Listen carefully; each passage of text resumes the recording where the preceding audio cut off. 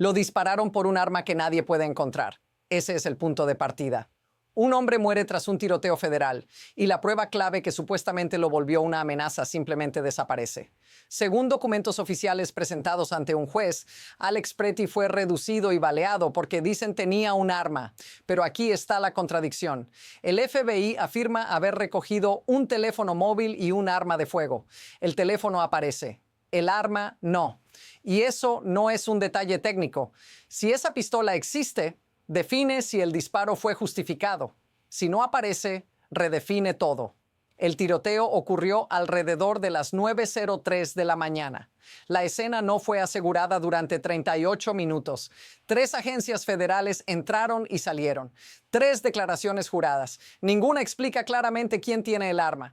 Y si esto puede pasar en un caso bajo la mirada de un juez, pregúntate qué pasa cuando nadie está mirando. Porque aquí no solo falta una pistola, falta control. Y eso cambia lo que viene después. Esto no es un error aislado, es un patrón que ya hemos visto antes. Según los documentos presentados ante el tribunal, el tiroteo que terminó con la muerte de Alex Pretty no fue tratado como una escena crítica desde el primer minuto. Los propios registros indican que el disparo ocurrió alrededor de las 9:03 o 9:04 de la mañana, pero las agencias federales responsables no aseguraron el lugar hasta aproximadamente las 9:42, 38 minutos. Ese dato está ahí, en negro sobre blanco.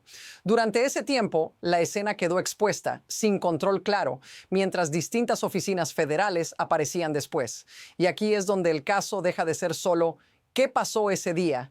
Y empieza a ser cómo funciona realmente el sistema cuando algo sale mal.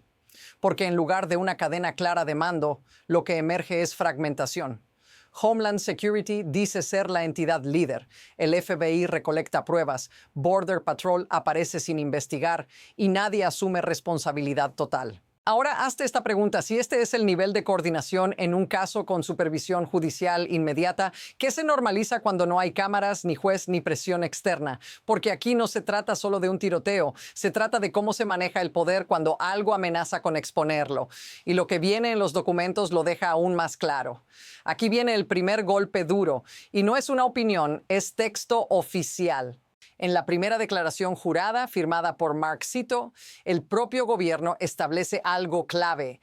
Homeland Security Investigations se presenta como la entidad líder de la investigación. Eso está escrito.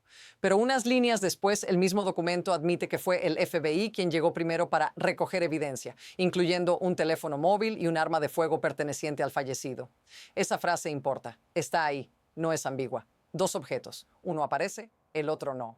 El teléfono fue entregado a Homeland Security. El arma desaparece del relato. Y aquí viene el detalle que cambia todo. Si HSI es el investigador principal, ¿por qué otra agencia recoge la prueba central? Y si esa prueba existe, ¿por qué no fue transferida junto con el teléfono? Observa lo que no se dice. No hay fecha de entrega del arma. No hay registro de custodia. No hay explicación. En un caso donde el arma justifica el uso de fuerza letal, el silencio sobre esa prueba no es neutro, es estructural.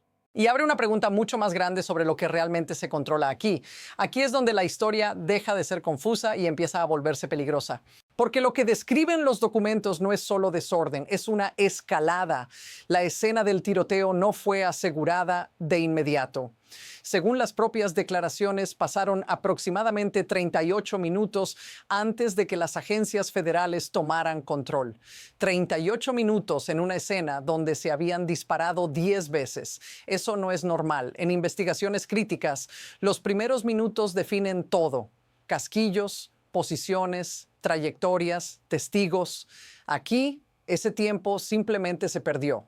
Y no por falta de recursos, sino por falta de coordinación. Homeland Security dice liderar. El FBI recolecta. Border Patrol aparece, pero afirma no investigar. 3 agencias, una escena y ninguna línea clara. Esto recuerda a otros casos donde la confusión institucional termina diluyendo responsabilidades. No por accidente, sino por diseño. Porque cuando nadie es plenamente responsable, nadie carga con las consecuencias. Y aquí viene el giro. Esta fragmentación no frena el sistema, lo protege. Normaliza que una escena crítica sea adaptada a la situación, que los protocolos se flexibilicen, que la evidencia se mueva sin trazabilidad clara. Y cuando eso se vuelve rutina, ya no hablamos de un fallo puntual, hablamos de un estándar peligroso. Y lo que aparece en la siguiente declaración lo confirma. La segunda prueba es más inquietante porque contradice directamente la primera. En la declaración del alto funcionario de Border Patrol Jeffrey Edgerton aparece una negación clara. Su agencia dice no participó en la recolección de evidencia. Eso está escrito, pero unas líneas después, el mismo documento reconoce que existe grabación de cámaras corporales de los agentes presentes en el tiroteo. Y aquí está el problema. Ese video es evidencia, no opinión, no contexto, evidencia directa. Sin embargo, Edgerton no dice quién la preservó, dónde se encuentra, ni si fue entregada al investigador principal. Solo afirma que será retenida durante 75 años. 75. Observa la contradicción. Una agencia que asegura no investigar ni recolectar pruebas mantiene una de las piezas más sensibles del caso y no la transfiere. Eso cambia cómo debes leer todo lo anterior, porque ya no es solo una pistola que no aparece. Es evidencia clave retenida por entidades que dicen no ser responsables. Palabras por un lado, acciones por otro. Y cuando lo que se dice no coincide con lo que se hace, la historia deja de ser confusa y se vuelve reveladora, porque el sistema no está fallando al azar, está funcionando de una manera muy específica. Y lo que viene después muestra la presión empezando a salirse de control. Ahora todo se acelera y el control empieza a resquebrajarse. Porque mientras una agencia dice liderar, otra recolecta y una tercera retiene evidencia, aparece el tercer documento, la declaración del FBI. Y aquí no hay aclaración, hay vacío. El agente asignado a procesar la escena confirma que fue enviado a recolectar evidencia el 24 de enero. Habla de un protocolo de 12 pasos, pero inmediatamente introduce una excepción. La escena se volvió volátil. No explica cómo, no explica cuándo, no explica por qué. Solo dice que el proceso tuvo que adaptarse. Luego afirma que toda la evidencia recolectada fue transportada a la oficina del FBI en Minneapolis y empaquetada. Observa el lenguaje. No enumera, no especifica, no menciona el teléfono, no menciona el arma, no menciona transferencias. En un caso donde cada objeto importa, la omisión es total. Y ahora junta las piezas, una escena alterada, una pistola sin rastro, un video retenido y un investigador que no detalla qué tiene en sus manos. Todo ocurre mientras un juez ordena preservar evidencia. Y aún así, 2 de las 3 agencias ni siquiera aseguran cumplirlo. La pregunta ya no es ¿qué pasó? Es ¿qué pasa si esto continúa? Ahora deja el expediente por un segundo y míralo desde tu lugar. Porque lo que muestran estos documentos no vive solo en una sala de audiencias, vive en la calle, vive en la forma en que se ejerce el poder cuando una interacción común escala en segundos. Alex Preti no era una abstracción legal, era una persona que terminó con 10 disparos y una justificación basada en un objeto que nadie puede ubicar. Y si la evidencia clave puede perderse, fragmentarse o quedar atrapada entre agencias cuando el caso ya está bajo la mirada de un juez, piensa qué margen real existe para alguien común, para ti, para cualquiera. No necesitas una teoría política para entender esto, solo una pregunta básica. ¿Qué te protege si el sistema decide que ya no necesita explicarse? Aquí el problema no es una agencia específica, es la experiencia concreta de enfrentarse a un aparato que se mueve rápido, dispara primero y documenta después.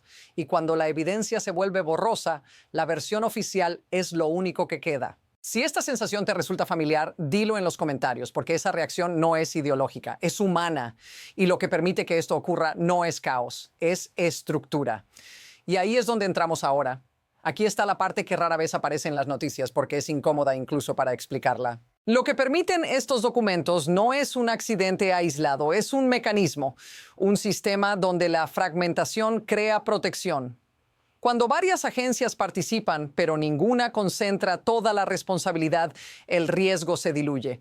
Homeland Security lidera en el papel, el FBI ejecuta en el terreno.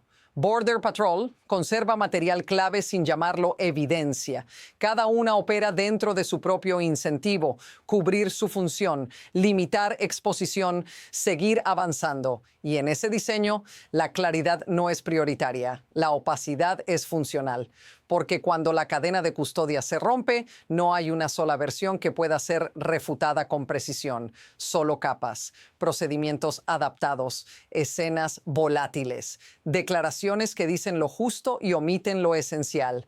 Esto no requiere una conspiración, requiere rutina. Requiere que nadie tenga razones fuertes para detenerse y decir, aquí está todo, esto es lo que pasó. Y mientras tanto, el sistema sigue operando incluso bajo orden judicial. Eso es lo inquietante. No que alguien mienta descaradamente, sino que el diseño permite avanzar sin responder del todo. Y cuando eso se normaliza, la próxima decisión ya está condicionada, porque el impulso ahora es seguir adelante y ahora mira hacia adelante, porque el movimiento ya empezó. A partir de aquí, solo hay dos trayectorias posibles y ninguna es limpia. En la primera, el juez mantiene la orden de preservación de evidencia. Las agencias se ven obligadas a explicar lo que hoy no explican. Aparecen registros, aparecen transferencias, o queda claro de forma explícita que ciertas pruebas ya no pueden recuperarse. Eso tendría consecuencias, no automáticas, no espectaculares, pero reales. Porque una investigación estatal depende de objetos concretos, casquillos, grabaciones, un arma específica. Sin eso, las decisiones cambian. La segunda trayectoria es más silenciosa. La orden se debilita. El tiempo pasa. La evidencia sigue fragmentada. Cada agencia conserva su versión parcial y el caso se mueve hacia adelante sin una imagen completa. No porque alguien lo haya decidido en una sala cerrada, sino porque la inercia ganó. Y aquí está el detalle clave. Ambas rutas ya están en marcha al mismo tiempo. La presión legal sube, pero el sistema sigue avanzando. Eso crea fricción y cuando la fricción aumenta, algo termina cediendo. La pregunta no es si habrá un próximo movimiento, es quién lo controla cuando ocurra, porque lo que se decide ahora no se anuncia en conferencias de prensa, se revela después y eso nos lleva al cierre. Todo esto se puede resumir en una sola idea incómoda. No se trata solo de una pistola perdida. Se trata de qué ocurre cuando la prueba que justifica el uso de fuerza letal deja de ser el centro de la verdad y se convierte en un detalle administrativo. Los documentos no gritan, no acusan. Simplemente muestran un sistema donde la evidencia se fragmenta, la responsabilidad se diluye y el tiempo hace el resto. Y ese es el verdadero giro de esta historia. Porque cuando el control depende de que alguien haga lo correcto y no de que el sistema lo exija, el resultado no es justicia ni encubrimiento inmediato, es algo más peligroso. Ambigüedad permanente. Hoy es este caso, mañana es otro. Y cada vez el umbral de lo aceptable se mueve un poco más. Si llegaste hasta aquí, ya entiendes que esto no va solo de lo que pasó, sino de lo que se permite que pase después. Y la próxima capa de esta historia no está en lo que dicen los documentos, sino en lo que el sistema hará cuando tenga que responder de verdad. Si quieres seguir ese hilo, sin ruido, sin consignas, quédate, porque esto no termina aquí.